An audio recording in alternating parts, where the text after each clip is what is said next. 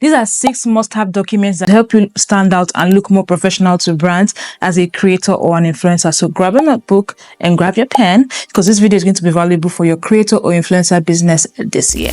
The first thing you want to have is your media kit. I have talked about this in a lot of my videos, and that is because it is very important. So if you were applying to a 9-to-5, or if you even work in a 9-to-5, you would know that something that is very important to you as a 9-to-5er is your resume. Now, as a creator or an influencer, your media kit serves as your resume. Okay. Now, I have seen conversations on threads from some creators and influencers saying that you don't need the media kits, they've landed brand deals without media kits and all of that. My opinion is that the only way you can say you don't need a media kit is if you're just taking a template, a media kit template from Canva, and just swapping out pictures and swapping out numbers and sending it to brands. If that is what you're doing, then yes, you can say you don't need a media kit, because all of those stats and things that you put on those regular schmegular media kit templates can be found with some tools. However, things that will make your media kit stand out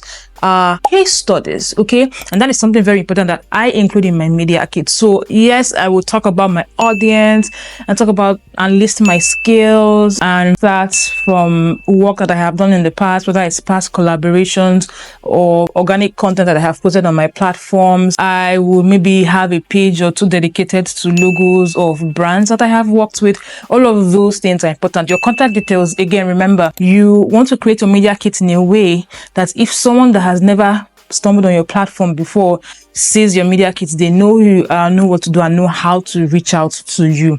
Okay, so when you're creating media kits, make sure you include your contact details. So yes, you can have all of that, but I have all of that, or all of those.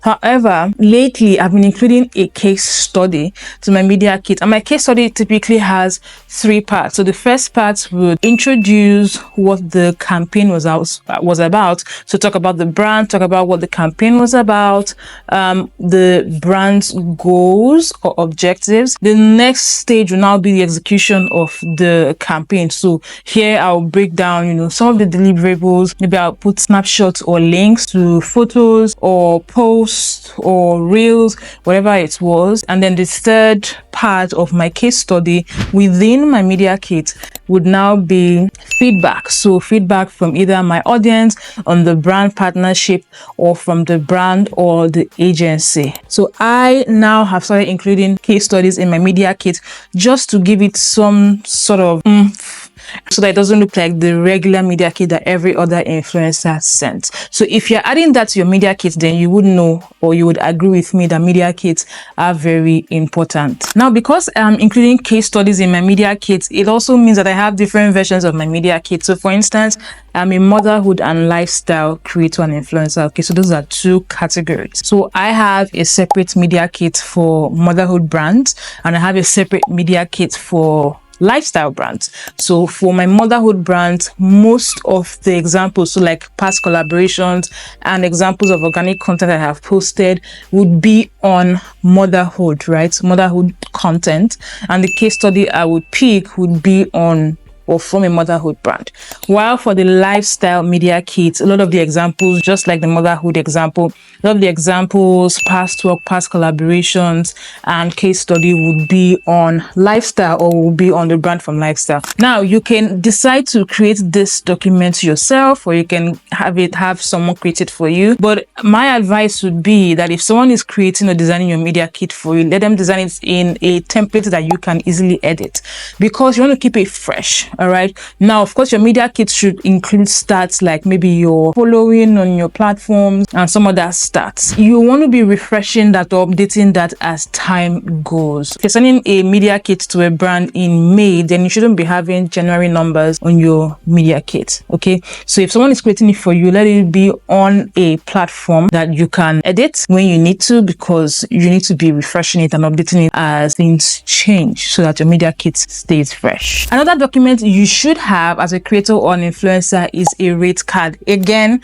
I have seen varied opinions about this, saying do not send a rate card because you can lowball yourself, and I get that, but you should still have your rate card, okay? Because sometimes you will have to send a rate card, whether you're scared of lowballing yourself or not. A very relatable example, sometimes agencies recruit for brands, okay?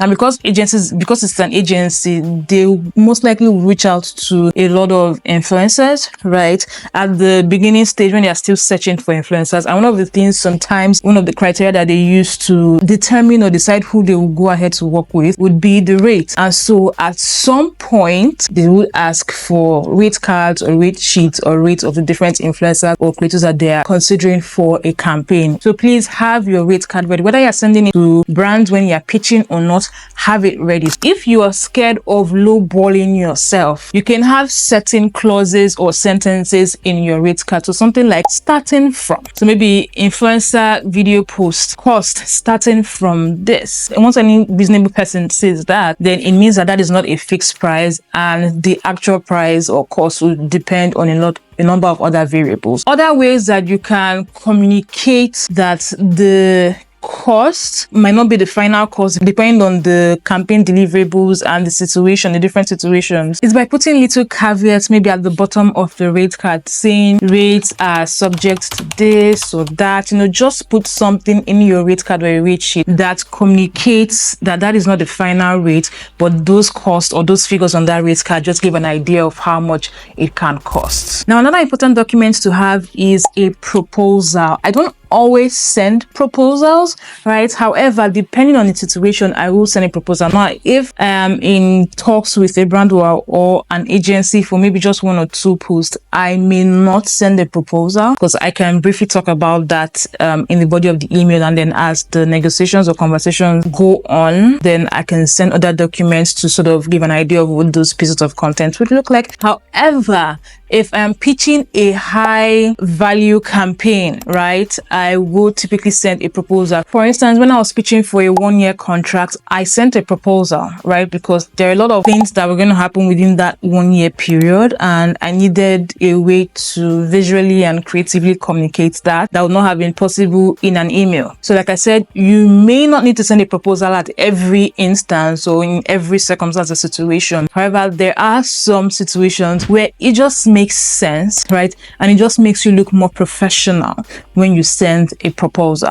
Now, you don't need to overthink this, right? You can get templates from Canva or from PowerPoint, however you design your document, and just put something together, but make it visually appealing, use less words where possible, and just make sure you're properly communicating your ideas to the brand. Piggybacking off the proposal is a concept document, and concept documents vary according to the type of content. For video content, for instance, a concept document looks like a script, right? So I usually would send a script anytime I'm trying to get a content concept approved. Usually will include both visual direction and audio direction, okay?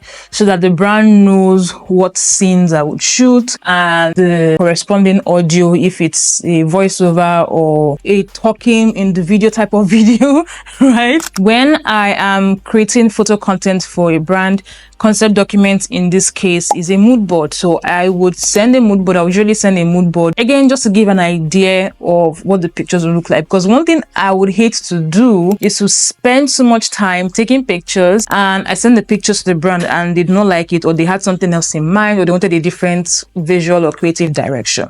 Okay, so to reduce the back and forth, I always send a concept document, and you should too, because when you don't send a concept document and you have gone ahead to create content and they do not like it, or they want something else, or they had something else in mind, you may have to reshoot, and then there's that back and forth on who incurs the fee for the reshoot, and it just can get messy. So sometimes, to get myself out of that situation and to avoid unnecessary back and forth, I would send a concept document that must be approved by the brand before I start creating the content. Okay, so that's something you may want to add to your process if you're not already doing that. It just removes all the unnecessary headache headaches and blockages when you start creating the content or during the course of the campaign. Again, for things like this, you do not need to overthink it. Simply Google what a script looks like. Maybe go to Google Images to have an idea of what that can look like, or on Canva, simply put in mood board and just use some of the templates there. Now, something very important that apparently not a lot of influencers and creators send or have that you should have is a campaign report. I have once sent a campaign report to an agency and they were quite impressed. They never asked for it, right? And two, it looked good, right? And it was such a good moment for me when the brand rep or the agency rep responded saying this was very impressive. Not a lot of creators and influencers are doing this, so when you add this to your process, it just makes you look more professional, and it also helps the job, or it also makes the job of the brand rep or the agency rep easier. And who doesn't want to work with someone who makes their job easier? Nobody. Because typically, even though you're not sending a campaign report, agencies and brand reps would usually have to prepare reports to send to their supervisors just to be sure that they are getting ROI on money spent or products sent or services given to creators or influencers. Okay, and that's why they typically would ask for insights and certain other things. So before they even do that, just go a little further and create a campaign report and make it as detailed as possible. So I do 2 levels of reporting. This may be a bit much, but I think I'm used to it because I worked before I started as a creator and influencer. I worked in PR agencies, and some of these PR agencies worked with influencers, so it's kind of common for me, or it's kind of easy for me to do. Okay, so like I said, I do 2 levels of reporting. After the campaign or the content has gone live, 2 weeks after, I would send a report. That one is standard for every brand that I work with. I currently do 2 weeks. I don't know if I need to reduce or increase it, but I currently do 2 weeks. 2 weeks after the content has gone live, I would send a report, showing how the content is performing. That's for short-term content. Now, for long-term content, for instance, I have a 1-year campaign that I'm currently working on. So what I do is I send first the after 2 weeks report, and then at the end of a quarter, I send a quarterly report. At the end of the 1-year campaign period, I'm also going to send a 1-year, like the full year campaign report. I don't think there's anyone that you send this to that will not be impressed with you and impressed with your level of professionalism. When you create campaign reports, right, it even makes it easier for you to have case studies in your media kit, okay? Because a lot of times the stats and things that you put in the case study can be lifted from the campaign report, and that's what I do. It just saves you time, and it's a very, very handy document to have. The final, most important document to have, I'm raising my voice because it's very important. I'm going to bring my voice down again. But the final most important document to have as a creator or influencer is a contract. Please do not go into any influencer agreement or campaign without signing a contract. Okay, no matter how basic it is, please sign a contract with the brand or the agency. Just again, to just save yourself a headache of unnecessary back and forth of he said and she said. It also ensures that you are being properly represented, you are being properly compensated, and your interests are being properly protected. Established brands typically have contracts that is sent to their creators and influencers, so that shouldn't be a problem.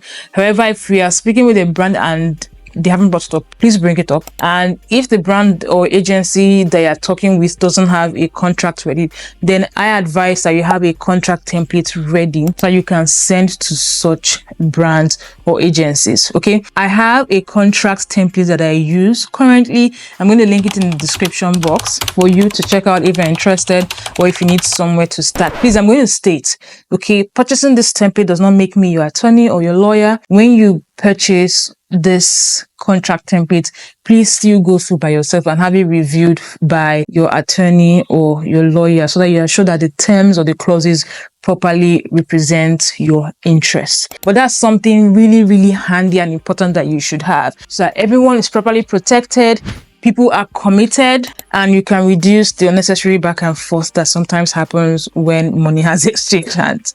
Okay, so with these few points of mine, I hope I've been able to convince and not confuse. Can you tell? that I once debated. Did I ever debate or did I try to debate? I can't remember. But I hope that this video helps you. Again, it's not compulsory, but this is my own opinion. And I believe that these documents help you look more professional and help you stand out from other creators or influencers to brands. Now, speaking of contracts, in my next video, I'm going to talk about red flags to look out for in contracts as a creator or influencer, so that you're not losing thousands of dollars because, you know, you signed something that you're not supposed to sign, or there was something in the contract that you did not understand and you did not ask questions and you ended up signing. So if you're interested in that video, that will be my next video. I will see you in that video. Stay safe and stay blessed. Goodbye.